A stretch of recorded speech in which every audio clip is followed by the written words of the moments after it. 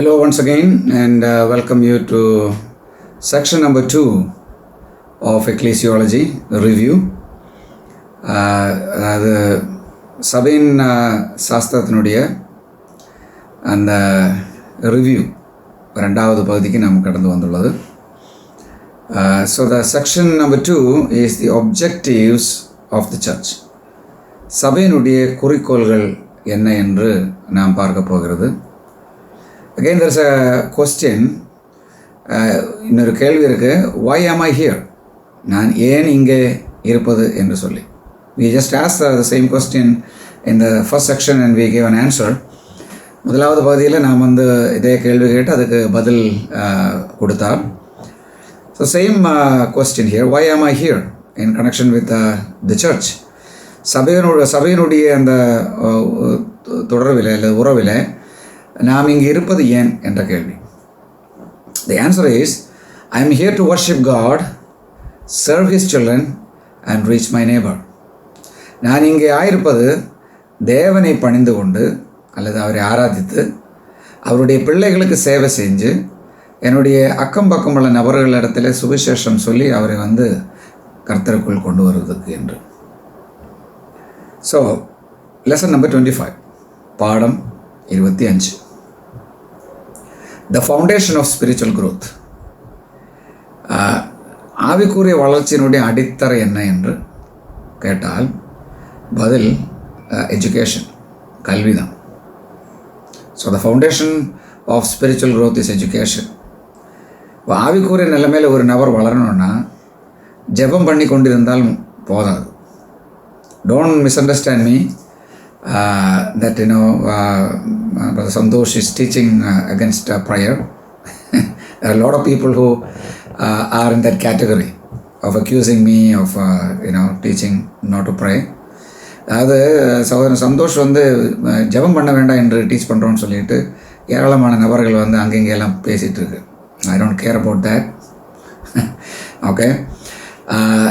The main issue is they don't understand what I'm saying. There is something called authorial intent. நான் சொல்வது என்னவென்று புரியாதனால தான் அவங்க பேசிட்டு போயிட்டே இருக்கு.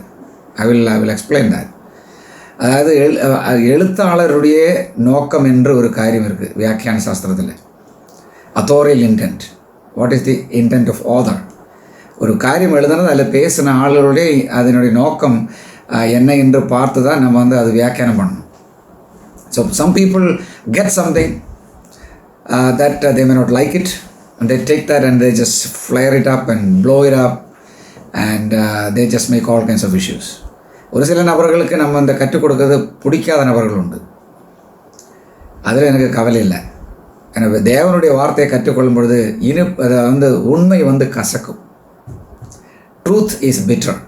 So when the word of God teaches, some people don't like that and let them not like it. All right? Only those who like it just go through this. பிடிச்சவங்கள் மட்டும், அதாவது இது ஆண்டவருடைய வார்த்தை, அப்படி பிடிச்சவங்கள் மட்டும் இதில் இது கேட்டால் போதும். இல்லாட்டி இதை அணைத்து வச்சு நீங்கள் உங்கள் பாட்டுக்கு போயிடலாம். Now, one of the things I give to my students everywhere, let it be in my seminary, it be in my church or my classes, one of the freedom that I give is that they can challenge me from the Word of God, with the Word of God. அதனுடைய மாணவர்களுக்கு நான் கொடுக்குற ஒரு சுதந்திரம் என்னவென்றால், எப்போ வேணாலும் வேதத்திலிருந்து எனக்கு சவால் கொடுக்கலாம், கேள்வி கேட்கலாம், என்னை தட்டி கேட்கலாம். But it should be from the Bible. And when they do, they should just at least know the basic language in which the Bible is written, Hebrew and Greek. அது அப்பேற்பட்ட நபர்கள் கேள்விகள் எழுப்பும் பொழுது, சவால் விடும் பொழுது, பைபிள் எழுதப்பட்ட எப்ராய கிரேக்க மொழி கொஞ்சம் புரிஞ்சிருக்கணும். அது புரிஞ்சதுக்கப்புறம் நீங்கள் கேள்வி கேளுங்க. நீங்கள் மலையாளம் பைபிள், தமிழ் பைபிள், அந்த பைபிள் இந்த பைபிளெலாம் எடுத்துகிட்டு அதெல்லாம் copies of the copies. Okay, so you should not just bring a Bible in a vernacular language and just bring it and say things, because God did not give Bible in that language. Okay, so keep that in mind. You can just challenge me, ask any questions. but it should be within the Bible. Another thing is, அதாவது என்ன கேள்வி வேணும் கேட்கலாம், அது வேதத்தில் இருந்தாயிருக்கணும். அவர் அப்படி சொன்னார், இப்படி சொன்னார், அந்த புக்கு இப்படி சொல்கிறது, அதெல்லாம் வேண்டாம். What the word of God says, தேவனுடைய வார்த்தை என்ன சொல்கிறது, அதுதான் சவால். Okay, so please don't be shy in asking questions. கேள்வி கேட்குறதுல தப்பெல்லாம் கிடையாது. தவறான கேள்வின்னு ஒரு கேள்வி கிடையாது. ஆனால் கேள்வி தவறான முறையில் கேட்கலாம். There are no wrong questions. Questions are all right. But the intention of asking questions can be different. Nobody can help that. Okay, whatever it is. So most of the people don't like it, the truth. Okay, when I talk about prayer, so let me just explain that. ஜபத்தை குறித்து சொல்லும்போது யாருக்குமே பிடிக்காது. Now, what is prayer? Prayer is talking to God. ஜபம் என்று சொன்னால் தேவனோடு பேசுவது. Some people think that prayer is only for getting things from God, as if God is their office boy. Just ask the office boy to go and get the tea and other things, and they should come and give. God is not that. தேவன் tea கடை பையனை மாதிரி நினச்சிட்டு அதை எடுத்துகிட்டு வாடா, இதை எடுத்துகிட்டு வாடா, இந்த குரங்கு இந்த விளையாட்டு பண்ணுற நபர் அந்த மாதிரி குரங்கை டீல் பண்ணுற மாதிரியெல்லாம் ஆண்டவர் இடத்துல டீல் பண்ண முடியாது. You do understand that. So prayer is the spiritual breath of a believer. ஒரு விசுவாசினுடைய உயிர் மூச்சு ஜபம். It is the most important thing. If you are a child of God, you will pray. அப்போ அது மிக முக்கியமானது. ஒரு தேவனுடைய பிள்ளையாக இருந்தால் கண்டிப்பாக என்ன தெரியுமா, ஜெபம் பண்ணும். And also it is a imperative. It is an imperative. It's a command given to us that we should pray and communicate with God. நாம் தேவனிடத்தில் ஜெபம் பண்ண வேண்டும் என்று சொல்லி நமக்கு கட்டளை கொடுத்திருக்கிறார். அப்போ நமக்கு தேவையாகும் போது ஜெபிக்கிறது இல்லை. You have to pray without ceasing. எப்பொழுதும் ஜெபம் பண்ண வேண்டும் என்று சொல்லியிருக்கிறது. It is not talking about the 40 days fasting and prayer and all kinds of gimmicks what we see here. 40 நாள் உபவாச ஜெபம், இரவு ஜெபம், அமாவாசை இரவு ஜெபம், அந்த மாதிரி பித்தலாட்டம் எல்லாம் வேதம் சொல்லலை. தனிப்பட்ட முறையில் 24 மணி நேரம், 7 வாரத்தில் 7 நாள், மாதத்தில் 30 நாள், வருஷத்தில் 12 மாதம், 365 திவசம், எல்லா நாளும் ஜெபம் பண்ண வேண்டும். You need to pray without ceasing means what? You cannot just pray continuously, but you can do also. அதாவது தொடர்ந்து ஜெபம் பண்ணணும்னு சொன்னால் செருப்பெல்லாம் கழட்டி வச்சு அதெல்லாம் கிடையாது. You communicate with your God. You talk to Him. Okay? Everything. You talk to Him. So, prayer is communicating to God. ஜெபம் என்று சொன்னால் அவரிடத்தில் நாம் பேசுவது. ஏன்னா அவர் நம்முடைய ரட்சகர், அவருடைய மீட்பர். Is my Savior, my Lord, my all in all, everything. So, I need to just talk to Him, communicate with Him. Alright. That is an important thing. You need to do that. But, how come God speaks to you? தேவன் எப்படி உங்களோட பேசுவது? Do you think that God is going to just come and speak to you audibly, as some of the prophets and apostles heard? No. அதாவது தேவன் உங்களை காதில் பேசணும்னு நினச்சிட்டு இருக்கா? இல்லை, அப்படி கிடையாது. அதாவது தீர்க்கதரிசிகளுக்கு, அப்போஸ்தலர்களுக்கெல்லாம் அவர் பேசின மாதிரி உங்களிடத்தில் அப்படி பேசணும் அப்படின்னு சொல்லிட்டு நிறைய பேர் கற்பனை பண்ணி சொல்கிறது உண்டு, ஏமாத்துறதுக்கு பண்ணுறதும் உண்டு. ஆண்டவர் நேரத்தில் பேசினார். Okay, God is speaking to me also. Through what? எப்படி? What is the means? அவர் பேசுகிற முகாந்திரம் என்ன? That is the word of God. God gave His revelation, that is from Genesis to Revelation, that everything what we need to know about God is given there. நாம் தேவனை குறித்து என்ன புரியணுமோ அது இந்த ஆதி ஆகமத்திலிருந்து வெளிப்படுத்தின விசேஷம் வரைக்கும் நமக்கு கொடுத்துருக்கு. Okay, so simply put, prayer is you talking to God, and God talking to you is through the word of God. Bible, திருவிவிலியம் மூலமாக தான் ஆண்டவர் நம்ம எடுத்து பேசுகிறது. So, if you just say, we have a prayer meeting, there will be throngs of people gathering there. ஜபக்கூடுகை என்று சொன்னால் ஏராளமான நபர்கள் அவங்க வந்து கூடும். But at the same time, you tell them there is a Bible study. வேதாராய்ச்சி கூட்டம் உண்டுன்னு சொன்னால் ஒருத்தனாக வருமா? ஏதோ 1-2 பேர் அங்கங்கே வந்து செகண்ட் ஷோக்கு உட்கார மாதிரி உட்காந்துட்டு போயிடும். Is it not right? Not correct? People do not want to learn the Bible, but they want to pray. And they want to just receive blessings and things, all the things from God. That's foolish. மடத்தரமானது. ஜெபம் பண்ணால் எல்லாம் okay, ஆனால் வந்து வேதம் கற்றுக்கொள்றதுக்கு இல்லை. ஆண்டவர் சொன்ன தெரியுமா? What did Jesus said? If you don't have my doctrines, you have no part with me. You are not my disciple. என்னுடைய உபதேசத்தில் தரித்து கொள்ளாமல் இருந்தால் நீ என்னுடைய சீஷனல் என்று சொல்லியாச்சு ஆண்டவர். So who are you? Do you love doctrine or hate doctrine? உபதேசத்தை நேசிக்கிற நபரா இல்லை உபதேசத்தை வெறுக்கிற நபரா? அவருடைய உபதேசத்தில் தரித்திருக்க வேண்டும். மத்தாய் 28 சபைக்கு கொடுத்த அந்த பெரிய கட்டளை என்ன நம்ம ஏற்கனவே பார்த்தாச்சுல. Teaching them to observe all the things I have commanded. நான் உங்களுக்கு கற்றுக் கொடுத்த யாவையும் வந்து கடைபிடிக்கும்படி அவர்களுக்கு உபதேசம் பண்ண வேண்டும், செயல்படுத்தும்படி உபதேசம் பண்ண வேண்டும். உபதேசம் is important. So how to person grow spiritually? ஆவிக்குரிய நிலைமையில் ஒரு நபர் வந்து வளருவது எப்படி? நாட் த்ரூ ப்ரேயர், ஜபத்தினால் அல்ல, but by studying God's word. That is the spiritual food. தேவனுடைய வார்த்தை கற்றுக்கொண்டு, உபதேசம் கற்றுக்கொண்டு, அதுதான் ஆவிக்குரிய உணவு ஒரு விசுவாசிக்கு, உண்மையான விசுவாசிக்கு. So what the believer should do? Study God's word. All our prayers should be based on the Bible. All the prayers should be based on the education we receive from the Bible. எல்லா ஜபமும் நாம் வேதத்தின் அடிப்படையில், வேதத்திலிருந்து கிடைத்த உபதேசத்தின் அடிப்படையில், உபதேசங்களுக்கு அடிப்படையில் தான் நாம் வந்து ஜபம் பண்ண வேண்டும். You cannot separate these two.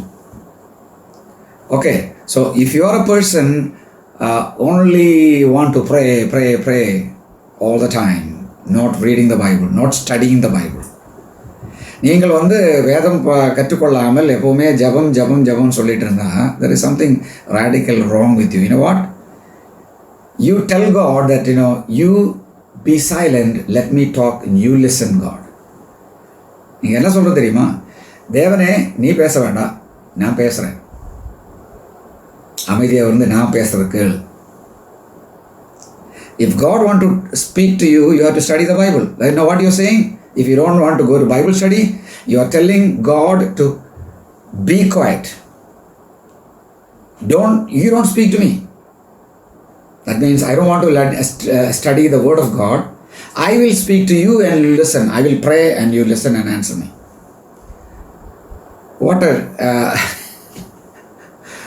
What an irony that is. Okay. It's a pathetic situation. So the foundation for spiritual growth is education from the Bible. ஆவிக்குரிய வளர்ச்சியினுடைய அடித்தரை என்று சொன்னால் தேவனுடைய வார்த்தை கற்றுக்கொள்ளுதல். Don't misunderstand. You need to pray. It is commanded and it is a responsibility of every God's children or child. தேவனுடைய ஒவ்வொரு குழந்தைகளுக்கும் வந்து கொடுக்கப்பட்ட கட்டளை. எல்லா இடத்திலும் எல்லாரும் ஜெபம் பண்ண வேண்டும். I want men to pray everywhere, all says. So I am not diminishing the importance of prayer. ஜெபத்தினுடைய முக்கியத்துவத்தை நான் வந்து இகழ்த்து காட்டவில்லை, அது புரிந்து கொள்ள வேண்டும். ஆனால் நம்முடைய தவறு வேத ஆராய்ச்சி கூட்டங்களும் வேத கல்வியும் வந்து விட்டு வைத்து ஏதோ வந்து கொலாப்புட்டுக்கு தேங்காய் போடுற மாதிரி காலையிலும் சாயந்தரம் வந்து ஏதோ 2 வசனத்தை அல்லது அதிகாரத்தை படித்தா வந்து திருப்தி அப்படின்னு சொல்லிட்டு. People can read the Bible and go to hell. People can pray and go to hell. You know that? ஜெபம் பண்ணி நரகத்தில் போகலாம், பைபிள் படித்து நரகத்தில் போகலாம். Some people, when they eat, it will not stay in the stomach, it will just go and that is not a useful way of eating things. It should stay and it should enter into your bloodstream to give you vitality. ஒரு சில நபர்கள் வந்து சாப்பிட்டா உடனே போயிடும், அது வந்து அவருக்கு பிரயோஜனம் செய்யாது. அது அங்கே நின்று அது ஜீரணமாகி அது நம்ம ரத்தத்தில் வந்து இருந்தால் தான் நமக்கு வந்து அந்த அந்த சக்தி கிடைக்கும். Okay, so please don't misunderstand. I'm not just degrading the importance of prayer, but I am just trying to just put the importance of studying the Bible to you. ஜெபத்தை வந்து எடுத்து காட்டாமல் வேத ஆராய்ச்சிகளுடைய, அதாவது வேத கல்வி அதனுடைய முக்கியத்துவத்தை நான் எடுத்து காட்டும்படி தான் அது சொன்னது. You need to talk to God, but before that God should talk to you. Based on his communication, you communicate back. That's a normal thing, right? When somebody speaks to you, you speak back to that person based on what he communicated to you. அதான் நம்ம வழக்கமாக நம்ம செய்கிறது. ஒரு ஆள் நம்மளிடத்தை பேசும் பொழுது அதே சப்ஜெக்டில் அதுக்கு பதில் தான் நம்ம வந்து திருப்பி பேசும். So our prayers should be based on what God communicated to us, and then we just ask him. Okay, so I hope that you understood, clarified. So don't go and say that Santosh sir taught not to pray. Santosh sir வந்து ஜெபம் பண்ண வேண்டாம் என்று கற்றுக் கொடுத்தேன்னு சொல்லி முட்டாள்தனம் வந்து அது இதெல்லாம் வந்து வளராதீங்க. Okay, so what is the foundation for spiritual growth? Education. The nature of education in the local church. உள்ளூர் சபையில் இந்த கல்விக்கு உள்ள இயற்கை என்ன என்று நாம் ஏற்கனவே பார்த்தோம். எஜுகேஷன் இந்த local church is the first priority. உள்ளூர் சபையில் கல்விக்கு தான் முக்கியத்துவம். ஓகே, கல்விக்கு தான் முக்கியத்துவம். அங்கே இப்போது சபையில் வரும்பொழுது ஏராளமான நோக்கங்களால் நிறைய பேர் வருது. when people come to church, they just come with various intentions. Some come to receive some blessings. And they forgot to read Ephesians. எபேசிய நிருபம் கற்றுக்கொள்ள மறந்துட்டு என்ன தெரியுமா? we have been blessed with every spiritual blessing. ஆவிக்குரிய சகல ஆசீர்வாதங்களால் நம்ம ஆசீர்வதித்திருக்கிறார். So you don't have to go to church for blessing. Blessed people should go to church. ஏற்கனவே ஆசீர்வாதம் பெறப்பட்ட நபர்கள் தான் சபைக்கு போகணும். Okay, so some people come for a blessing, some people come for a social mingling. மற்ற நபர்களோடு ஒரு வாரம் ஆச்சு, எல்லாரையும் பார்த்து எல்லா செய்திகள் எல்லாம் தெரிஞ்சு நம்ம போயிடலாம், எப்படி இருக்குது அவருடைய விவரங்கள் எல்லாம் சேகரித்து நம்ம போயிடலாம் அப்படின்னு சொல்லிட்டு வர்ற நபர்கள் உண்டு. Most of the people come to church for getting things. அதாவது ஏதாவது கிடைக்கணும் என்ற நோக்கத்தில் வருகிற நபர்கள் தான் ஏராளமான நபர்கள். அங்கேருந்து அது கிடைக்கணும், இது கிடைக்கணும், எனக்கு வீடு வைக்கிறதுக்கு அது கிடைக்கணும், ஃபண்டு கிடைக்கணும், ஷேர் கிடைக்கணும், ஜன்னல் கிடைக்கணும், வீட்டுக்கு வாசல் கிடைக்கணும், அந்த மாதிரியெல்லாம் அந்த எதிர்பார்ப்போட போகிற நபர்கள் உண்டு. கிடைத்தவர்கள் தான் அங்கே போகணும், கிடைக்கிறதுக்காக சபையை போகக்கூடாது. What you get from the church is சீர்திருத்தம், correction. Okay, let me just explain a little bit about the difference between teaching and preaching. All the pastors should be teachers and preachers. All teachers are not preachers. எல்லா ஆசிரியர்களும் போதகர்கள் அல்ல. But all the pastors should be good teachers.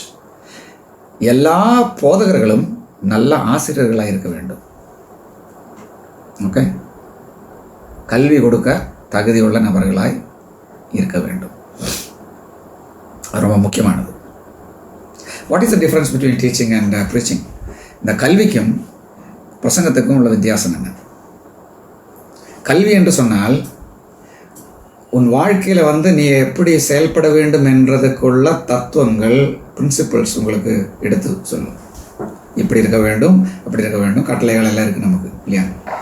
பழைய ஏற்பாடில் 10 கட்டளைகள், அதுக்கு மேலே இருக்குது. புதிய ஏற்பாடில் அதுக்கு மேலே இருக்குது, 400க்கு மேலே இருக்குது இயேசு கிறிஸ்துனுடைய கட்டளைகள். இந்த கட்டளைகள் எல்லாம் வந்து these instructions so that a man of God may behave and live a life. ஒரு தேவனுடைய மனிதன் வந்து இந்த உலகத்தில் எப்படி வாழ வேண்டும் என்ற எல்லா காரியங்களும் அதனுடைய சட்டவட்டங்கள் எல்லாம் நமக்கு எடுத்து சொல்ல தான் வந்து instruction teaching. Okay, this is the way you need to live. And after teaching you are expected to live that way based on the principles you learned. அதாவது நீங்கள் கற்றுக்கொண்டதுக்கு அப்புறம் நீங்கள் கற்றுக்கொண்ட அந்த கல்வியின் அடிப்படையில் வாழ வேண்டியது ஒரு எதிர்பார்ப்பு உண்டு. அப்படி வாழணுன்ற எதிர்பார்ப்பு இருக்குது. And when you are not able to live a life based on what you learned, you get what? Correcting.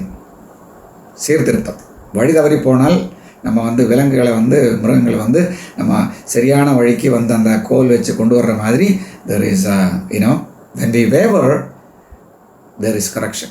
நம்ம வந்து அந்த தடுமாறி போகும்பொழுது நமக்கு வந்து அங்கே சீர்திருத்தம் எல்லாம் உண்டு, திருத்தம் எல்லாம் உண்டு. And that is what preaching is. You learn from the Bible. வேதத்திலிருந்து கற்றுக்கொண்ட காரியங்கள் அதன் அடிப்படையில் நடக்க முடியாத சூழ்நிலையில் போதகன் வந்து உங்களுக்கு வந்து என்ன திசை திருப்பி விடுறது தான் பிரசங்கம். ஓகே, உதாரணத்துக்கு before you drive a vehicle, you just go to a driving school and they will just instruct you a lot of things and you learn some and you forget some. So that those things are there. And they will tell you this is the way, you have to just, when you ride a motorbike, you have to wear a helmet and you need to have insurance and you have the RC book and all those things.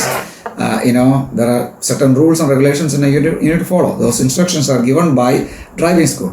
Driving school போகும்போது என்ன தெரியுமா, உங்களுக்கு வந்து வண்டி ஓட்டும்போது helmet வைக்கணும், RC book, insurance, licence எல்லாம் வேணும். இதெல்லாம் வந்து அந்த சட்டத்திட்டங்களை எல்லாம் சொல்லி கொடுத்துரும். Now that is teaching. Now preaching comes when you don't wear a helmet. You go through the road, the traffic police will stop you and just question you and punish you and fine you and all those things. That is what is preaching. They will ask, hey, don't you know that you're supposed to have a helmet on your head? So they start preaching. They will not instruct you. They will just ask, where is your helmet? You're supposed to know before, based on your education, that you should wear a helmet. Okay, so this is the difference between preaching and teaching. There will be some teaching also included in that. Okay, but most of the preachings are not teaching. It is just instruction given to them for not obeying the instructions, how to behave. All right, so education is the most important thing in the church. Bible study is the most important thing in the church. And based on the Bible study, you get preaching. Because if you are not able to just go through, it will correct you, it will reprove you. அது வந்து உங்களுக்கு சீர்திருத்தத்தையும் எல்லாத்தையும் கொண்டு வரக்கூடிய காரியங்கள் தான் பிரசங்கம் என்று சொல்கிறது. So I hope that you understand the difference between preaching and teaching. Teaching is you are giving some precepts, principles. And preaching is when you fail to do those things, you are warned and corrected and all those things. That is called as preaching. All right. So point number B, education in the local church is Bible centered. இந்த உள்ளூர் சபையில் இந்த education என்று சொன்னால், நான் முதல்ல சொன்னதுக்கு தவறான நோக்கத்தில் வரும். ஆனால் ஒரே ஒரு நோக்கம் தெரியுமா, கர்த்தருக்கு மகிமை கொடுப்பதற்காக சபையில் வர வேண்டும். ஓகே, இது வேத மையமான கல்வி உள்ளூர் சபையில். Anything you can teach, but it should be harmonizing. It should come from the Bible, approved by the Bible. So education in the local church is Bible centered. வேத மையமான ஒரு கல்வி தான் வந்து உள்ளூர் சபையில் கொடுக்க வேண்டும். Number 1, Bible centered education involves discipline. இந்த வேத மையமான இந்த கல்வி சிக்ஷை கொடுத்துரும், discipline. Number 2, Bible-centered education is comprehensive. இந்த வேதபூர்வமான வேத மையமான கல்வி என்று சொன்னால் எல்லாத்தையும் உட்பட்டது.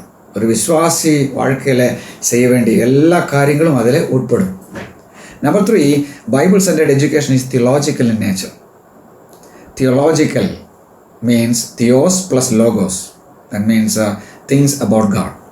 இந்த வேத மையமான கல்வி என்று சொன்னால் இறையல் பூர்வமானது. அதனுடைய இயற்கை வந்து இறையல் பூர்வமானது. இறையல்னு சொன்னால் இறைவனை குறித்துள்ள, தேவனை குறித்துள்ள வார்த்தைகள். எஜுகேஷன் இந்த லோக்கல் சர்ச் இஸ் ரெலவெண்ட்.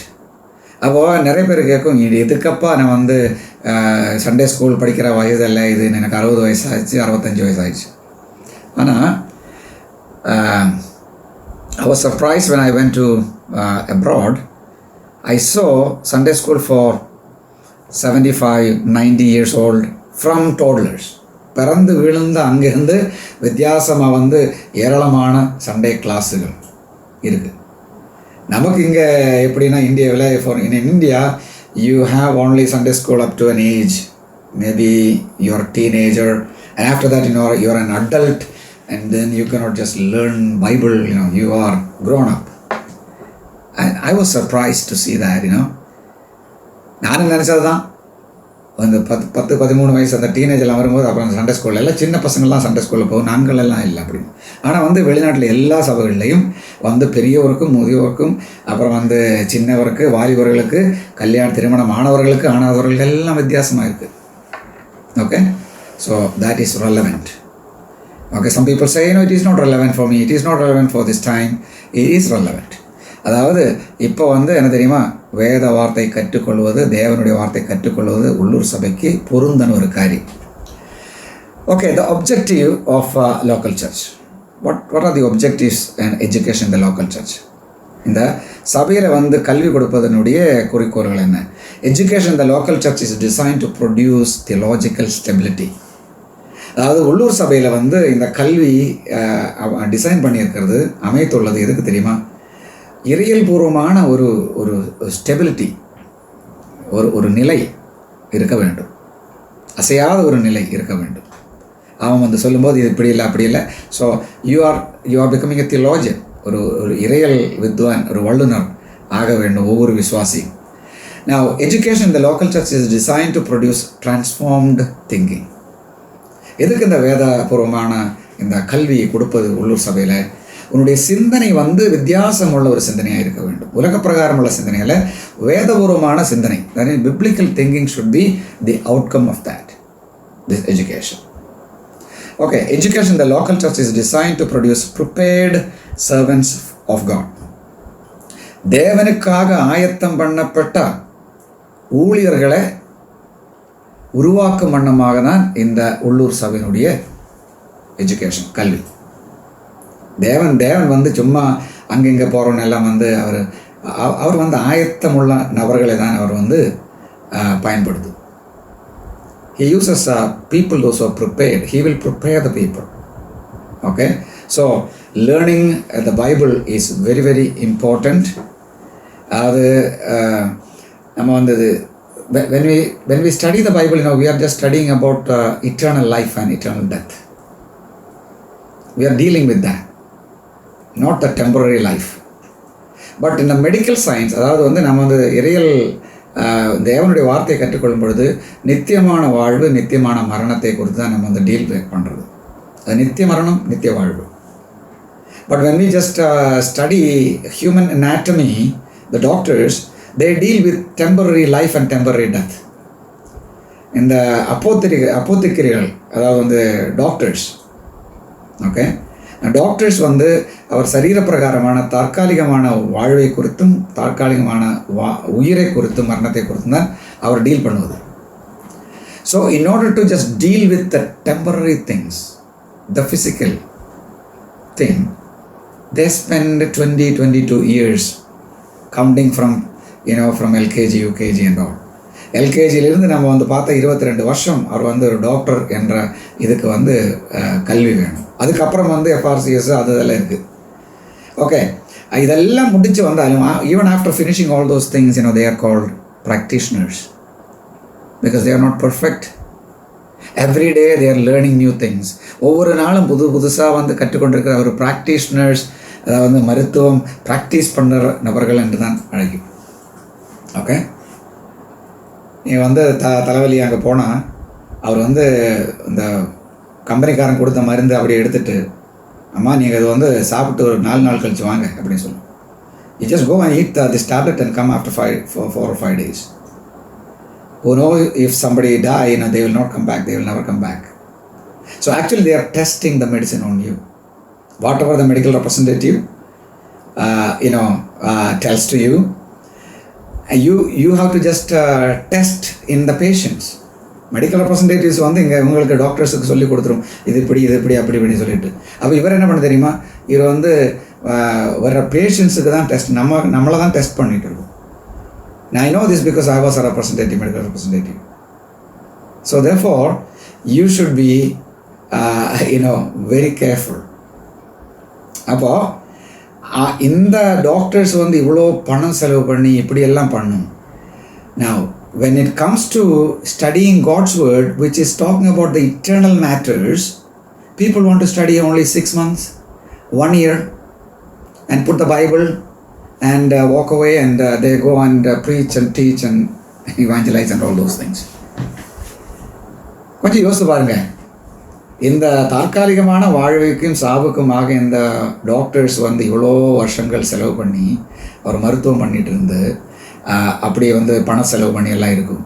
ஆனால் நித்திய வாழ்வு நித்திய மரணத்தை குறித்து பிறகு சொல்லுகிற அந்த வேத புத்தகம், அந்த திருவிவிலியத்தை நம்ம கற்றுக்கொள்கிறதுக்கு 6 மாதம் 3 மாதம் இருந்தால் correct, okay.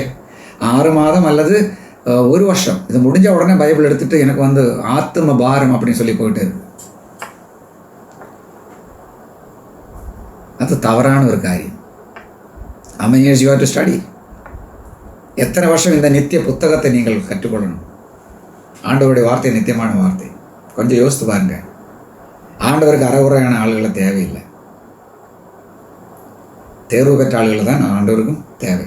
So to prepare the servants of God, தேவ ஊழியர்களை வந்து ஆயத்தம் பண்ணும்படிக்கு தான் இந்த கல்வி. Okay. Number 3, the means of education the local church. எப்படி இந்த முகாந்திரங்கள், இப்படி கல்வி கொடுக்கறதுக்கு உள்ளூர் சபையில் உள்ள முகாந்திரங்கள். Education the local church is accomplished through formal instruction. அங்கே வந்து எப்படி தெரியுமா, முன்னோட்டமாக மேலோட்டமாக அதை வந்து சரியான காரியங்கள் வந்து ஆழமாக சொல்லிக் கொடுக்கும். அவங்க இன்ஸ்ட்ரக்ட் பண்ணும். Teaching involves the authoritative presentation of biblical truth. வேதபூர்வமான உண்மைகளை அவர்களுக்கு சொல்லி அதை நிரூபித்து காட்டி கொடுக்கும். Teaching was a collective activity in the local church. அதாவது வந்து இந்த உள்ளூர் சபையில் உள்ள கல்வி என்று சொன்னால் எல்லாரும் சேர்ந்து செய்கிற ஒரு காரியம். ஏதோ ஒரு நபர் இல்லை, பாஸ்டர் இவாஞ்சலிஸ்ட் அந்த மாதிரி கிடையாது. எல்லாரும் அதில் தேர்வு பெற்று மற்ற நபர்களை இயேசு கிறிஸ்துவனுடைய சீஷனாக உருவாக்க வேண்டியது ஒவ்வொருத்தருடையும் கடமை. அது மறக்கக்கூடாது. Okay. Education in the local church is accomplished through informal instruction also. ஃபார்மலாக பண்ணுறது உண்டு, இன்ஃபார்மலாக பண்ணுறது உண்டு. அதாவது நேரத்தில் பண்ணுறது உண்டு. Informal instruction takes place through personal relationship. ஃபார்மல்னு சொன்னால் நமக்கு பைபிள் ஸ்டடி இருக்கும், அந்த மாதிரி எல்லாம் தான் ஃபார்மல். அந்த கரெக்ட் டைமில் புதன்கிழமை அல்லது வியாழக்கிழமை உங்களுக்கு பிடிச்ச நாளில், சபைக்கு பிடிச்ச நாளில் அவர் வந்து பண்ணுறது ஃபார்மல்.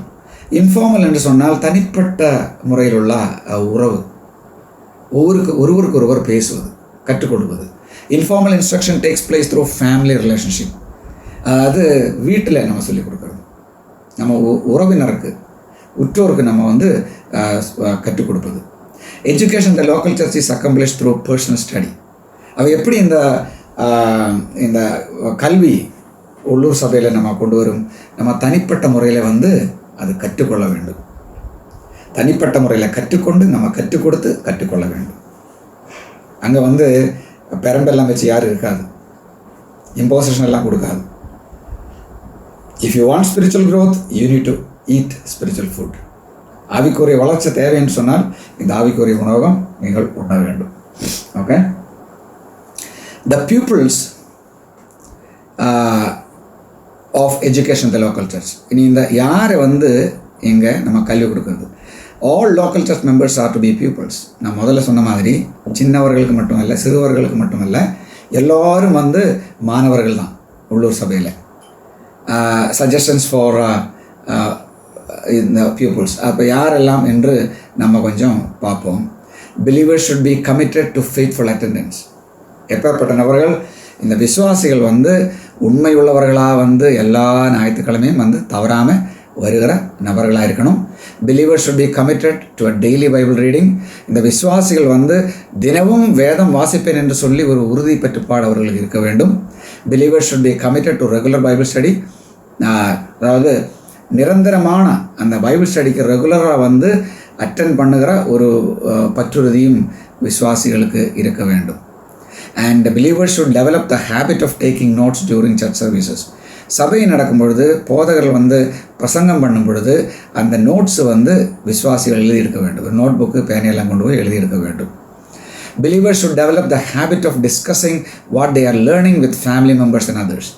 இந்த நீங்கள் கற்றுக்கொண்ட காரியங்கள் நீங்கள் எப்படி உங்களுக்கு புரிந்து கொண்டது என்று சொல்லி நீங்கள் வந்து அந்த வேதாராய்ச்சி கூட்டங்களில் கற்றுக்கொண்ட காரியங்கள் குடும்பத்தோடு நீங்கள் வந்து அது ஷேர் பண்ணி அவங்களோடு கூட சேர்ந்து உங்களுக்கு புரிந்து நீங்கள் எடுத்து சொல்லலாம்.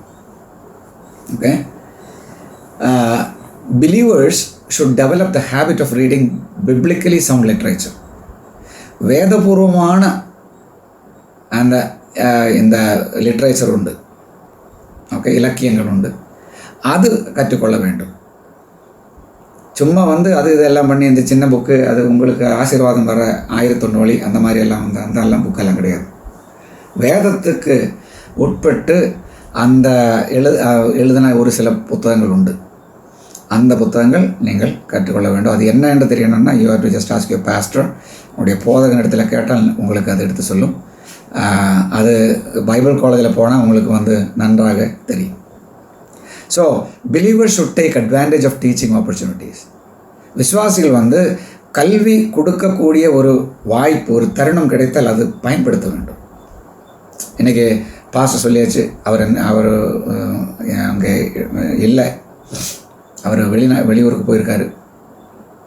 Pastor is not there, he has gone to somewhere. So the pastor says, so and so, please take care of it. அப்போது பாஸ்டர் இல்லாத ஒரு நேரத்தில் வந்து உங்களுக்கு வந்து சரி நீங்கள் வந்து டீச் பண்ணுங்கன்னு சொல்லும்போது அந்த வாய்ப்புக்காக ஆவலோட காத்திருக்கணும். ஐயோ என்னால் முடியாது அப்படின்னு வாய்ப்பு கிடைக்கிறதுக்கு பார்த்துட்டே இருக்கணும். Okay. Believers should consider becoming involved in other biblical sound learning opportunities such as Bible Institute classes. விசுவாசிகள் என்ன தெரியுமா, இந்த பைபிள் இன்ஸ்டியூட் கிளாஸில் வந்து அங்கே கற்றுக்கொள்ள வேண்டும். அது மட்டுமல்ல, அங்கே வந்து சபை மக்களுக்கு கல்வி கொடுக்கக்கூடிய தயாரில் இருக்கணும். அது அந்த வாய்ப்புக்காக ஆவலோட காத்திருக்க வேண்டும்.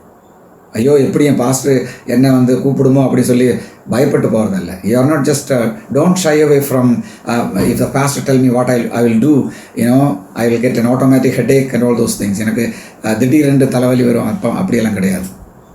Okay. So you should be interested involving in the Bible institutes for opportunities. அந்த தருணங்கள் வரும் பொழுது, அது வாய்க்கும் பொழுது அது கரெக்டாக வந்து நீங்கள் வந்து அது பயன்படுத்த வேண்டும். ஓகே. கேள்விகள் இருந்தால் நீங்கள் வந்து பின்னீடு தொடர்பு கொள்ளலாம். இந்த 25வது பாடத்தில் நாம் வந்து கொஞ்சம் நேரம் அதில் செலவிட்டது. 26 பாடம் 26 lesson 26 the vertical expression of spiritual growth. சரி, இந்த ஆவிக்குரிய வளர்ச்சியில் 2 விதம் உண்டு. ஒன்று இப்படி மேலே வெர்டிக்கல், அடுத்து வந்து ஹொரிசாண்டல். ஓகே. இந்த வெர்டிக்கல் என்று சொன்னால் எனக்கும் தேவனுக்கும் உள்ள அந்த உறவு.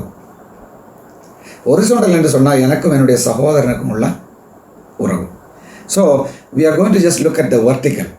எனக்கும் தேவனுக்கும் உள்ள அந்த ஆவிக்குரிய வளர்ச்சியில் எது அப்பேற்பட்ட ஒரு வளர்ச்சி இருக்குது. ஆவிக்குரிய வளர்ச்சின்னு சொன்னால் தேவனுக்கும் எனக்கும் இருக்கிற உறவின் அடிப்படையில் உள்ள வளர்ச்சி. அது ஆராதனை என்று சொல்லும், வர்ஷிப். ஓகே. ஆராதனை என்ன என்று பார்ட் 1 நான் ஏற்கனவே சொன்னது. ஆராதனை என்று சொன்னால் பாட்டு பாடிட்டு இருக்கிறதல்ல. there is nothing like worship leaders. pastor is the worship leader. அது ஆராதனை தலைவன் என்று சொல்லி அப்படி ஒரு லீடர் எல்லாம் கிடையாது. அது போதகன் தான் வந்து லீடரு. அது ஸ்பெஷலாக வந்து வர்ஷிப் லீடர்னு சொல்லிட்டு நான் அது சொல்ல விரும்பலை. அந்த மாதிரி எல்லாம் ட்ரெஸ் எல்லாம் போட்டு பண்ணுறது எல்லாம் சரியல்ல. Okay. So there is nothing like that in the Bible. Apostle Paul never appointed any worship leaders. He appointed pastors to the churches. போதகர்களை தான் அவர் வந்து அப்பாயிண்ட் பண்ணது. ஆராதனை வர்ஷிப் லீடர்ஸ் வந்து அங்கே செய்யலை, அப்படியெல்லாம் கிடையாது. Worship is what? Worship is understanding the worthship of God. ஆண்டவருடைய மதிப்பை குறித்து நாம் யோசிப்பது தான் வர்ஷிப் என்று சொன்ன வார்த்தைக்கு அர்த்தம். இந்த கேரளாவில் இந்த மூவி அந்த ஆக்டர்ஸுக்கு வந்து ஃபேன்ஸ் அசோசியேஷன் இருக்குது. அதுக்கு மலையாளத்தில் வந்து ஆராதக விருந்தம் அப்படின்னு சொல்லுது. இங்கே என்ன சொன்ன என்ன தெரியாது, தமிழில் என்ன தெரியாது. அதாவது இந்த ஒவ்வொரு இந்த தலைவர்களுக்கு, அதே மாதிரி வந்து இந்த சினிமா நடிகர்களுக்கு வந்து இந்த கூட்டம் இருக்குது. Okay, fans association. அப்போது இவர்கள் என்ன தெரியுமா, அந்த நபரை வந்து ஆராதிக்கிற நபர்கள். காரணம் என்ன? இவர்களை கொண்டு these are the people, the fans associations are the people who worship that particular individual they like. அவர் விரும்புகிற அந்த குறிப்பிட்ட நபருக்கு ஆராதனை பண்ணுகிற நபர்கள் தான் இது. அப்போது எப்படி இவர் ஆராதனை பண்ணும்? Mostly they worship their leaders through activities what they do. இல்லையா? அவர் தொண்டர்கள் இருக்கும், இவர்களுக்காக என்ன தொண்டு செய்வதற்காக நற்பணி மன்றம், இந்த நபருடைய நற்பணி மன்றம் அப்படின்னு சொல்லிட்டு they just do social work, help people in the name of that person. They don't make any noise, they don't just go and shout, they don't do all those things. They come to the big poster and they stand in awe. What a great person is this. அவருடைய அந்த பில்போர்டை பார்த்து, அவருடைய அந்த பெரிய படத்தை பார்த்து என்ன தெரியுமா, அப்படியே வா பழந்து ஆச்சரியத்தோடு நிற்கும். அதுதான் வந்து ஃபேன்ஸ் அசோசியேஷன். பேச்சு மூச்செல்லாம் கிடையாது. அப்பா நான் வந்து 5.5, இவர் வந்து 30 அடி உயரும் அங்கே ஃப்ளெக்ஸில். So that is worship. Worship is not shouting, worship is not rolling down. உருண்டு போகிறதும் சத்தம் போடுறதெல்லாம் ஆராதனை கிடையாது. Understanding it and appreciating that the worth of that person. ஒரு மனிதனுடைய மதிப்பை நாம் புரிந்து கொண்டு அதன் அடிப்படையில் வந்து அவரை பணிந்து கொள்வது தான் அவருடைய நற்பணி மன்றம். What Paul says, you are created in Jesus Christ for good works. இயேசு கிறிஸ்துவிலே நற்பணிக்காக உங்களை உருவாக்கி இருக்கிறதுன்னு சொல்லி அப்போஸ்தலனாகிய பவுல் எபேசியர் நிருபத்தில் சொல்லுகிறார். So you need to understand that. You need to do the things that God the Father sent Jesus Christ to do, and you need to do the things what Jesus asked you to do. Okay? So when we come to the as a church, all the believers, we do all these things together, and that is worshiping. Your singing, your prayer, your giving, your preaching, everything includes in worship. There is no separate unit as worship. Okay? In many churches, there is a worship service, and for that, they will always read a song. You should not read any other things. அது ஒரு சில சபைகளில் வந்து ஆராதனை பகுதி என்று சொல்லி ஒரு பகுதி வச்சு அதில் சங்கீதத்தை வாசித்து வேற ஒன்றும் வாசிக்காது, சங்கீதத்தை வாசித்து ஆண்டவருக்கு நன்றி. அப்பா நீங்கள் செய்கிற எல்லாமே ஆண்டவருக்கு நன்றி செலுத்துறது தான். If you have a right kind of attitude and mind, சரியான ஒரு நோக்கத்துடன் நீ செய்கிறதெல்லாம் தெரியும், ஆண்டவருக்கு மகிமை கொடுப்பது தான், அது ஆராதனை தான். Okay? So how to you just grow vertically? இப்படி நேராக எப்படி வளரும்? உயரம் வைக்கும் ஆவிக்குரிய உயரம் ஆண்டவரை ஆராதிப்பது மூலம். The focus of the worship. இந்த ஆராதனையுடைய நோக்கம் என்ன? True worship is exclusively focus on the character of God. உண்மையான ஆராதனையுடைய குறிக்கோள் என்று சொன்னால் தேவனுடைய சுபாவம். அந்த தேவனுடைய சுபாவத்தில் வந்து அது குறிக்கோள் வைத்து தான் ஆராதனை. God is to be worship because is infinite. அவர் எல்லையற்றவராக இருக்கிறதுனால அவர் ஆராதனை பண்ண வேண்டும். God is to be worship because is holy. அவர் பரிசுத்தராக இருக்கிறதுனால அவரை நாம் ஆராதனை பண்ண வேண்டும். True worship is a response to the works of God. உண்மையான ஆராதனை என்று சொன்னால் ஆண்டவர் செஞ்ச நன்மைகளுக்கு நாம் பதிலளிப்பது தான். Response to the works of God. God is to be worshipped because He is the creator. என்ன இந்த ரெஸ்பான்ஸு? அவர் சிருஷ்டிகர்த்தராக இருக்கிறதுனாலே அவரை வந்து ஆராதனை பண்ண வேண்டும். God is to be worshipped because He is sustainer. அவர் பராமரிக்கிற தேவனாக இருக்கிறதுனாலே அவரை நம்ம ஆராதிக்க வேண்டும். True worship is inseparably linked to the word of God. உண்மையான ஆராதனை வந்து ஒருபோதும் தேவனுடைய வார்த்தையிலிருந்து பிரிக்கவே முடியாது. தேவனுடைய வார்த்தையின் அடிப்படையில் தான் ஜெபம் பண்ண வேண்டும். தேவனுடைய வார்த்தையின் அடிப்படையில் தான் ஆராதனை பண்ண வேண்டும். தேவனுடைய வார்த்தையின் அடிப்படையில் தான் நான் பாடல்களை பாட வேண்டும். தேவனுடைய வார்த்தையின் அடிப்படையில் தான் நான் வந்து காணிக்கைகளை கொடுக்க வேண்டும். தேவனுடைய வார்த்தையின் அடிப்படையில் தான் எல்லாமே நாம் செய்ய வேண்டும். The response of worship. இந்த ஆராதனையில் உள்ள அந்த பதில் ரெஸ்பான்ஸ் என்ன? The church worships God with awe-filled praise. அந்த பிரைஸ் என்று சொன்னால் என்ன அர்த்தம்? வாட் இஸ் ஸ்தோத்திரம்? பிரைஸ் த லார்ட் இப்படின்னெல்லாம் சொல்லிட்டு இருக்கு சபையில். என்ன அர்த்தம்? அது அப்படி சொல்லிட்டு இருக்கு. சோத்திரம் வந்து அப்படி சொல்லிட்டு இருக்கு. Praise the Lord, praise the Lord. Hallelujah 3 ஒன்று தான். ஹல்லேலூயா வந்து எப்ராய மொழி, பிரைஸ் த லார்ட் வந்து இங்கிலீஷ் ஆங்கில மொழி, அண்ட் ஸ்தோத்திரம் வந்து அது மலையாளம், தமிழ், தெலுங்கு எல்லாமே மொழி தான். அப்போது எதுக்கு இது பேசணும்? என்ன?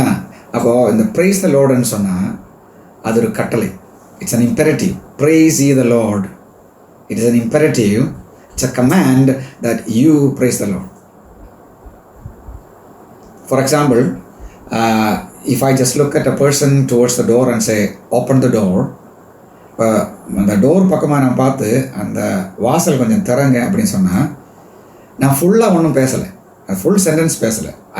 I'm not speaking the complete sentence. So and so, please get up, go and open the door. That is complete sentence.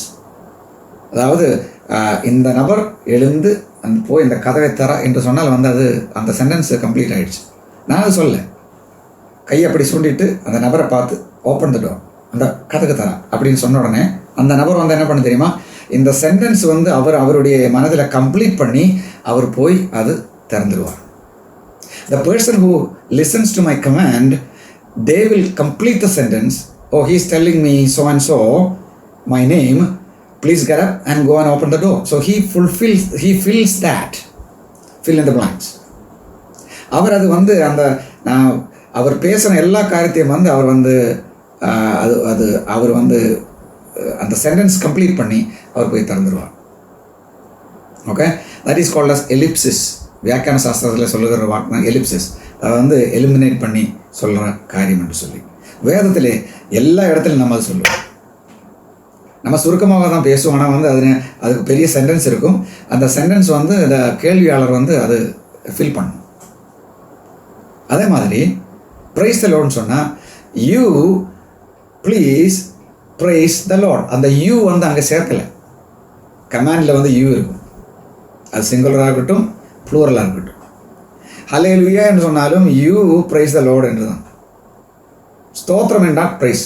அதில் வந்து என்னென்னு தெரியாது. நீ கர்த்தரை துதின்னு சொல்லாது, ஆனால் அது ஆங்கிலத்திலேயும் சொல்லும், எப்ராய மொழியிலையும் சொல்லும். Okay, people won't complete that at least the partial sentence, praise the Lord. இது வந்து துதி praise அப்படின்னு சொல்லிட்டு இருக்கு. சோத்திரம் சொல்லிட்டு இருக்கு. இது தவறானது. உதாரணத்துக்கு ஃபோன் கூப்பிட்ட உடனே praise the Lord brother, when somebody telephones, Christians, they say praise the Lord. Okay, that's a command. So the other person say praise the Lord.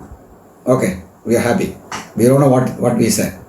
அதாவது நான் பிரைஸ் தி லார்ட் சொன்னேன், அவரும் பிரைஸ் தி லார்ட் சொல்லியாச்சு. 2 கட்டளை அங்கேயும் கொடுத்தாச்சு. என்ன சொன்னது யாருக்கும் தெரியல. எனக்கும் சந்தோஷம், அவருக்கும் சந்தோஷம். ஆனால் என்ன சொன்னது? நீ கர்த்தரை துதி அப்படின்னு அங்கே சொல்லியாச்சு. அவர் திருப்பி என்ன சொன்னது? நீ கர்த்தரை துதி. என்ன வம்புது? You are telling praise the Lord, you are commanding that person, and that person is repeating the command and say you praise the Lord. You understand the difference? That is not a nice way of doing it. So when someone says, praise the Lord, you just say thank you. Okay, thank you for reminding me to praise the Lord. அதாவது ஒருத்தர் வந்து உங்களுக்கு praise the Lord pastor அப்படின்னு சொன்னால் ரொம்ப நன்றிங்க, கர்த்தரை துதிக்க எனக்கு அந்த எச்சரிக்கை கொடுத்ததுக்கு நன்றி அப்படின்னு சொல்லி நீங்கள் திருப்பி சொன்னால் அது கரெக்டாக இருக்கும், பொருந்தும். ஒரு கட்டளை கொடுத்தா அந்த வாசலை தர, நீ வாசலை தர. You get that point? Okay, so here praising God for who He is. அவர் யார்? Church worship worships God with all-filled praise. அவர் யாராக இருக்கிறது? அவர் என்ன செஞ்சார்? அவர் நல்லவர், அவர் வல்லவர், அவர் போதுமானவர். He is my fortress and He is my help and He is my refuge. So tell all those things what God is to you, and that is praising God. You don't have to just say praise. Sotram, sotram. See, sotram is a noun. Okay, it can be a verb. But when it becomes a verb, you will not use the same thing. You will have an action for that. அதாவது சோத்திரம் சொன்னால் அது ஒரு பெயர் சொல், அது வினை சொல்லாக மாறணும். ஓகே, அப்போ பிரேக்ஃபாஸ்ட், நீங்கள் என்ன சாப்பிட்டேன்? நான் பிரேக்ஃபாஸ்ட் சாப்பிட்டேன். எப்படி சாப்பிட்டேன்? பிரேக்ஃபாஸ்ட் பிரேக்ஃபாஸ்ட் பிரேக்ஃபாஸ்ட் 1000 வாட்டி நான் பேசினேன், உடனே வயிறு நல்லாச்சு. அப்படியா? கிடையாது. Did you eat breakfast? Yes, I did breakfast. I just ate breakfast. And how did you eat breakfast? I said 1,000 times breakfast, breakfast, breakfast. Your stomach will not be full. Okay, your mom will come and say, oh, here is the breakfast. Oh, okay, look at that. And you eat that breakfast, whatever in the plate. Okay, so just simply telling praise, praise, praise, God is not to be praised that way. That should become verb. Lord, you have done this to me, and I thank you, and you are a great God. I honor you, and I worship you. ஆண்டவரே, என்னுடைய வாழ்க்கையில் நீ இது செய்தீர், அதுக்கு உனக்கு நன்றி ஆண்டவரே. நீ நல்லவர், வல்லவர், போதுமானவர். இதுதான் praise என்று சொன்னேன். So don't misunderstand, and அதாவது don't repeat words like heathens do. புறஜாதிகள் செய்கிற மாதிரி வீண் வார்த்தையில் அலப்பாதீர்கள். அவர்களும் இப்படி சொல்கிறார்கள் இல்லையா? ஒரு நாமம் 1,00,000 வாட்டி உருவிட்டால் ஏதோ சக்தி கிடைக்கும் என்று சொல்லி அப்படியே நம்பிக்கை இருக்குது. அதே மாதிரி கிறிஸ்தவர்களும் இயேசு கிறிஸ்துவோடைய நாமம் 1,00,000 வாட்டி அது மொபைல் எல்லாம் அனுப்பிட்டு இருக்கு. முட்டாள்கள். 1000 தோத்திர பலி. என்ன தோத்திர பலி? ஆண்டவர் உனக்கு என்ன செஞ்சதை அதை எடுத்து சொல்லு. 10 பேருக்கு எடுத்து சொல்லு. புரியுதா? ஆண்டவர் எனக்கு இது செஞ்சார், அவருக்கு நான் நன்றி செலுத்துகிறேன். அதை சபையில் செய்யணும். தனிப்பட்ட முறையில் நீ செய்ய வேண்டியது தான். Okay, so glory is ascribe to God through the believer's confession of sin. சரி, தேவனுக்கு மகிமை எப்படி கொண்டு வரும் தெரியுமா? என்னுடைய பாவங்களை நான் அறிக்கையிடும்போது தான். You need to confess your sin. I need to confess my sin. Then God will be glorified. Because you know what the Bible says? All have sinned and come short of the glory of God. வேதம் என்ன சொல்கிறது? எல்லாரும் பாவம் செஞ்சு தேவ மகிமை அற்றவர்களாய் என்று சொல்லுகிறது. அதனால் கண்டிப்பாக நம்மளுடைய பாவம், நான் முதல் பார்ட்டில் நான் சொன்னேன், நான் ரட்சிக்கப்பட்ட பாவி. அது யாருக்குமே பிடிக்காமல் இருந்தாலும் உண்மை அதுதான். உங்களுக்கு ஒரு பாவத்தன்மை இல்லைன்னு சொன்னால் உங்களுக்கு அக்கம் பக்கம் உள்ளவங்க எதையும் சண்டை போடுறது, நீ ஏன் அவர்கிட்ட சண்டை போடுறது, மற்ற நபர்கள் இடத்துல எனக்கு பொறாமை வர்றது. கொஞ்சம் யோசிச்சு பாருங்க. 1 யோவான் அது அன்றைக்கி என்ன எடுத்து சொல்லாச்சல்ல. உனக்கு பிடிக்கலன்னு சொன்னால் அதுக்கு அர்த்தம் ஆண்டவருடைய வார்த்தை தவறுன்னு இல்லை. Just because I don't like it, you cannot just say that God's word is wrong. I am a sinner. I had all kinds of sinful thoughts and I fight with it. Okay, எல்லா விதத்திலுள்ள பாவ சிந்தனைகளும் எனக்கு உண்டு. அது போராடி கொண்டிருக்கிறேன். What did அப்போஸ்தலன் Paul fought with? He said, I fought a good fight. அப்போஸ்தலன் பவுல் சொன்னேன்னு தெரியுமா? நான் நல்ல போராடினேன். என்ன போராட்டம்? He was not fighting against the human beings, but he was fighting against his old man. பழைய மனிதனை, இந்த பாவ சுபாவத்தை போராடி கொண்டிருக்கிறது. அதுதான். Whether you like it or not, this is the truth. If you like it, take it. Otherwise, leave it and do your thing. அதாவது அவர் போராடுறது பழைய மனுஷனோட. பிடிச்ச இடத்துல இல்லாட்டி விட்டுரு. இதான் வேதம் சொல்லுது. நான் ரட்சிக்கப்பட்ட ஒரு பாவி 100%. I can just tell. I'm still a sinner. That's the reason why I need the Bible. That's the reason why I need to go to church to listen to the instruction. 2 Timothy 3:16 என்ன சொல்றது? 17. 2 Timothy 3:16 and 17. All scriptures are inspired and it is profitable for doctrine, for reproof, for correction, for instruction in righteousness, that a man of God may be thoroughly furnished unto every good work. 2 Timothy 3:16 என்ன சொல்றது?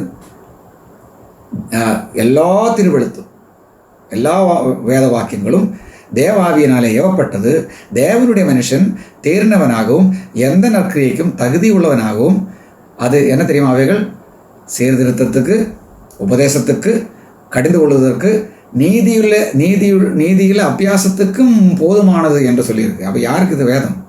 விசுவாசிகளுக்கா? விசுவாசிகளுக்கு. எனக்கு தான் வேதம், எனக்கு சீர்திருத்தம் வேணும், எனக்கு இன்ஸ்ட்ரக்ஷன்ஸ் தேவை. So it is for me, the word of God, not for unbelievers. Bible is not for unbelievers, Bible is for believers. Okay? So Bible corrects me. Amos says, it's a plumb line. அது வந்து தூக்குண்டுன்னு சொல்லியிருக்கு Amos.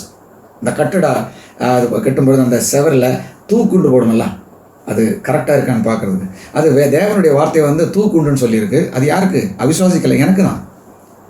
James is telling, it is a mirror that I can just remove all kinds of filth from my face. யாக்கோபு வந்து அது ஒரு கண்ணாடி, நம் முகம் பார்க்குற கண்ணாடி என்று சொல்லியிருக்கிறது. இந்த கண்ணாடி மாதிரி முகம் பார்க்குற அந்த கண்ணாடி, இந்த கண்ணாடியில் பார்க்கும்பொழுது நம்மளோட முகத்தை தெரியும், புரியுதா? அது அதே மாதிரி தேவனுடைய வார்த்தை இருக்கிறது என்று யார் சொல்கிறது? அப்போஸ்தலனாகிய யாக்கோபு சொல்கிறது. ஓகே, யாருக்காக? விசுவாசிகளுக்காக. தப்பாக நினைத்து கொண்டிருக்காத ரட்சிக்கப்பட்ட பாவிகள் தான் நாம். அனுதினம் வந்து நம்ம வந்து தெரியுமா, அந்த பாவத்திலிருந்து கொஞ்சம் கொஞ்சமாக தேவனுடைய வார்த்தையினால் சுத்திகரிக்கப்பட்டு கொண்டிருக்கிறது. அந்த எதிர்காலத்தை நாம் எதிர்பார்த்து உண்டு. உங்களுக்கு பிடிக்கிறதோ பிடிக்காத விஷயம் கிடையாது, பைபிள் நான் சொல்கிறது அதுதான் முக்கியம். Okay, so confession of sin, பாவ அறிக்கை செய்யும். என்ன அதுக்கு அர்த்தம்? What is the meaning of confession of sin? Confession means it's a court word, law and order word. அது கோர்ட்டில் நம்ம கேட்குற ஒரு வேர்டு தான். அந்த த கல்பிரிட் கன்ஃபஸ்ட் அப்படின்னு என்ன அர்த்தம்? நான் செஞ்ச எல்லா பாவங்களையும் வந்து ஒன்றா வந்து கொட்டுறதில்ல. It is very simple. What God wants, not to just number and name your sins. If you know, you can do that. Lord, forgive me for that. But you may not be able to recollect everything that you have done. நீங்கள் வந்து செஞ்ச எல்லாம் வந்து மறுபடியும் வந்து உங்களால் அது யோசிக்காத அந்த நினைவில் கொண்டு வர முடியாது. So what God wants is to for us to confess that we are sinners. That means ஆண்டவரே நான் பாவி என்று ஒத்துக்கொள்ளுதல். ஜட்ஜு கோர்ட்டில் என்ன சொல்ல தெரியுமா? What the judge will say in the court? You have sinned, you are murdered. And the culprit will stand there and the murderer will stand there and say, yes, I did, honorable judge, I did that, I'm sorry. நான் செஞ்சேன். அப்போ judge சொன்னது அவன் திருப்பி எடுத்து சொல்கிறது. So confession சொன்னால் இவர் சொன்ன காரியத்தை வந்து மறுபடியும் அது வந்து சொல்லுவது தான். Okay, it is repeating something what the judge said. Okay, judge said you are murdered, and the murderer says, yes, I murdered, I'm sorry. So he is repeating what the judge said. And the judge சொன்னதை அவன் வந்து திருப்பி சொல்கிறது தான் அறிக்கை என்று சொல்கிறது. Okay, so when a believer confess their sin, அப்போ விசுவாசிக்கு பாவம் இருந்தால் தானே அது கன்ஃபஸ் பண்ண முடியும். ஓகே, 1 யோவான் 1 யோவான் தன்னையும் சேர்த்து தான் சொல்லியிருக்கு, மறக்கக்கூடாது. யோவான் யார்? இயேசு கிறிஸ்துவ ரொம்ப பிடிச்ச சீஷன் இல்லையா? அவருடைய மார்பில் சாய்ந்து கொண்டிருந்த ஒரு சீஷன். அப்போது அவரையும் உட்படுத்தி தான் சொல்லியிருக்குது. ரோமா நிருபத்தில் in Romans what Paul says, oh unto me I'm a sinner, right? Oh unto me, who will deliver me my body from this sinful thing? இந்த பாவம் நிறைந்த சரீரத்திலிருந்து எப்படி என்னை விடுவிக்க முடியும்? யார் என்னை விடுவிக்க முடியும் அப்படின்னு அவர் கதறி அவர் கேட்குறார். So Paul is also acknowledging that he is a sinner. So there are a lot of people still Do not believe that, right after salvation they are saint. Okay, in God's eyes, that the completion is going to happen. Whatever is going to happen. அதாவது அந்த முடிவை பார்த்து ஆண்டவர் தான் வந்து உன்னை பரிசுத்தன் என்று அழைக்கிறது. நீ பரிசுத்தம் கிடையாது. ஏன்னா உனக்கு வந்து என்ன தெரியும், பொறாமை இருக்குது. உனக்கு மற்ற நபர்களிடத்துல ஒரு நபர் இருக்க பாஸ்டர் பேசலைன்னு சொல்லிட்டு அவர் வந்து ஃபோன் பண்ணலைன்னா உடனே வந்து பாஸ்டர்கிட்ட பேசாது, கோபத்தில் இருப்பான். those things are sinful activities. Okay, so அதனால் பாவத்தை அறிக்கையிடும் பொழுது என்ன தெரியுமா, ஆண்டவரே நான் பாவி என்று ஒத்துக்கொள்ளும் பொழுது அவர் பரிசுத்தவர், பூர்ணர், அவருடைய நாமம் மகிமைப்படுவார். Okay, glory is ascribed to God through believers' testimony of God's character. தேவனுடைய சுபாவத்தை குறித்து அந்த ஒரு சாட்சி, விசுவாசிகள் ஓகே சாட்சி சொல்லும் பொழுது தேவனுக்கு என்ன மகிமை கொண்டு வருது. தேவனுடைய சுபாவம் ஒரு விசுவாசனுடைய வாழ்க்கையில் இருந்து அது மற்ற நபர்களுக்கு எடுத்து காட்டும் பொழுது தேவனுடைய நாமம் மகிமைப்படும். glory is ascribed to God through the believers' prayers. ஒரு விசுவாசியினுடைய ஜபத்தினாலே ஆண்டவருக்கு மகிமை கொண்டு வர முடியும். glory is ascribed to God through the believers' songs. ஒரு விசுவாசி வந்து பாடல்களை பாடி தேவனை துதிக்கும் பொழுது அவருக்கு மகிமை கொண்டு வரலாம். the church worships God through committed obedience. உறுதி பெற்று பாடோடுள்ள கீழ்ப்படுதலினால சபை வந்து தேவனை ஆராதிக்க வேண்டும்.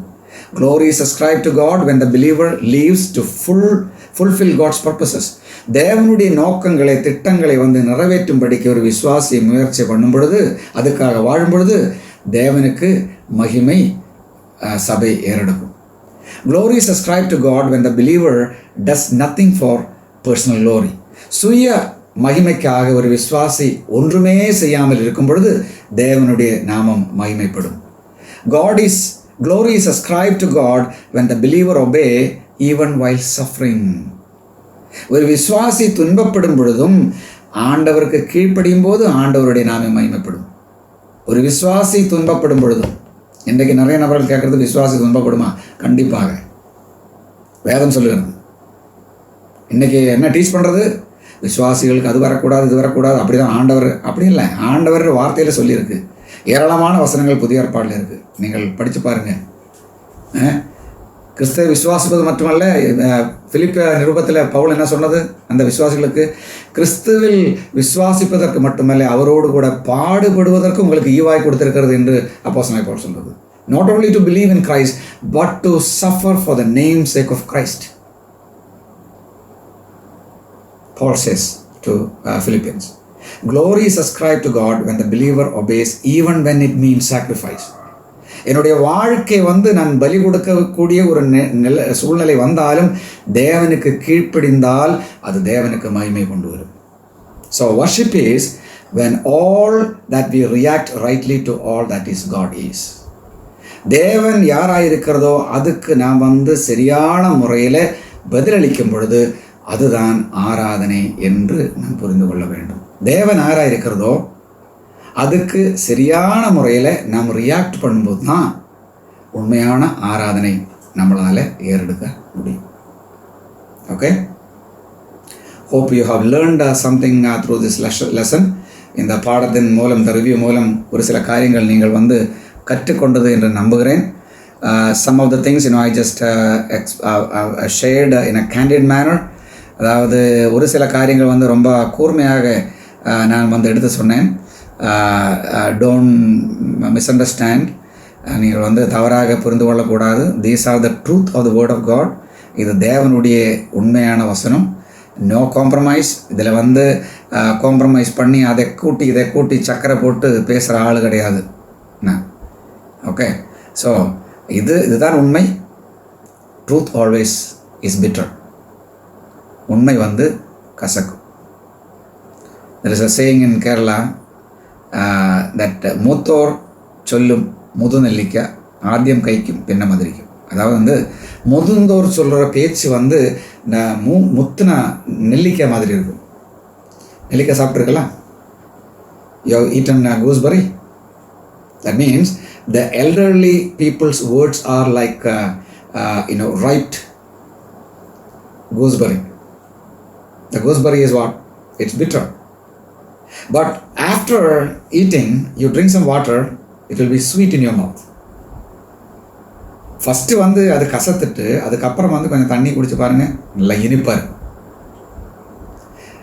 God's word is also like that. You have to understand, the word of God is sharper than any two-edged sword. அது தேவனுடைய வார்த்தை இருபுறமும் கருக்குள்ள, எந்த பட்டயத்தைக்காலும் கருக்குள்ளது. அது சும்மா வந்து இப்படி ஒப்பிச்சுட்டு போகாது, அது கட் பண்ணிடும். So when you just handle God's word, it will cut you across if you are not careful. நீங்கள் கவனமாக இருக்கவில்லை என்று சொன்னால் ஆண்டவருடைய வார்த்தையை எடுத்து நீங்கள் பயன்படுத்தும் பொழுது உங்களை வந்து கிழிச்சு போட்டுரும். So be careful, be warned. Don't interpret God's word as you like, as some of the people with idiosyncratic mind do that. ஒரு சில நபர்கள் வந்து மடத்தனமாக தனக்கு போதிச்ச வண்ணமாக சுயநலத்துக்காக ஆண்டவருடைய வார்த்தையை வியாக்கியானம் பண்ணி கொண்டிருக்கிறது. அது மாதிரி கிடையாது. ஆண்டவருடைய வார்த்தை மிக கூர்மையானது. அது அப்படியே நுழைஞ்சு மாம்சம் மட்டுமல்ல, எலும்பு அதுக்குள்ளே இருக்கிற எல்லாத்தையும் வந்து குத்தும் என்று சொல்லி வேதம் சொல்லியிருக்கிறது. அதான் இருபுறமும் கருக்குள்ள, எந்த பட்டயத்தைக்காலும் கருக்குள்ளது என்று சொல்லும்போது நினச்சி கூட பார்க்க முடியாது. Okay, so through this teaching, if you are upset, I am really glad. That means it is working. If you are glad, that means you are just keeping all these things in your life. You love to learn God's truth. You love to learn God's word. இந்த வசனத்தை கற்றுக்கொண்டு, இந்த review பாடங்களை கற்றுக்கொண்டு நீங்கள் வந்து சோர்ந்து துக்கத்தில் இருக்கிற நபர்கள், அப்செட்டாக இருக்கிற நபர்கள் என்று சொன்னால் எனக்கு ரொம்ப சந்தோஷம். என்ன தெரியுமா? Something you got it. உங்களுக்கு கொஞ்சம் ஏதாவது கிடைச்சது, அது வேலை செஞ்சு கொண்டு இருக்கிறது என்று அர்த்தம். Rather, if you are glad that you got these lessons, I rejoice in that also. அதாவது இந்த பாடத்தினால நீங்கள் வந்து மகிழ்ச்சி அடைகிற நபர்கள் என்று சொன்னால் அதுலேயும் எனக்கு மகிழ்ச்சி. என்ன தெரியுமா? நீங்கள் வந்து தேவனுடைய வார்த்தையை கற்றுக்கொள்கிற விருப்பமுள்ள நபர்களாய் காணப்படுகிறது என்று அர்த்தம். ஓகே, ஸோ அடுத்த முறை சந்திக்கும் வரை stay home, stay safe. So until we see you again, stay home and stay safe. வீட்டில் இருந்து பாதுகாப்போடு இருங்கள். ஆண்டவர் நமக்கு கொடுத்த ஆசீர்வாதங்களை நாம் எண்ணி பார்த்து உண்மையான ஆராதனை அவருக்கு ஏறெடுக்குவோம். தேங்க்யூ.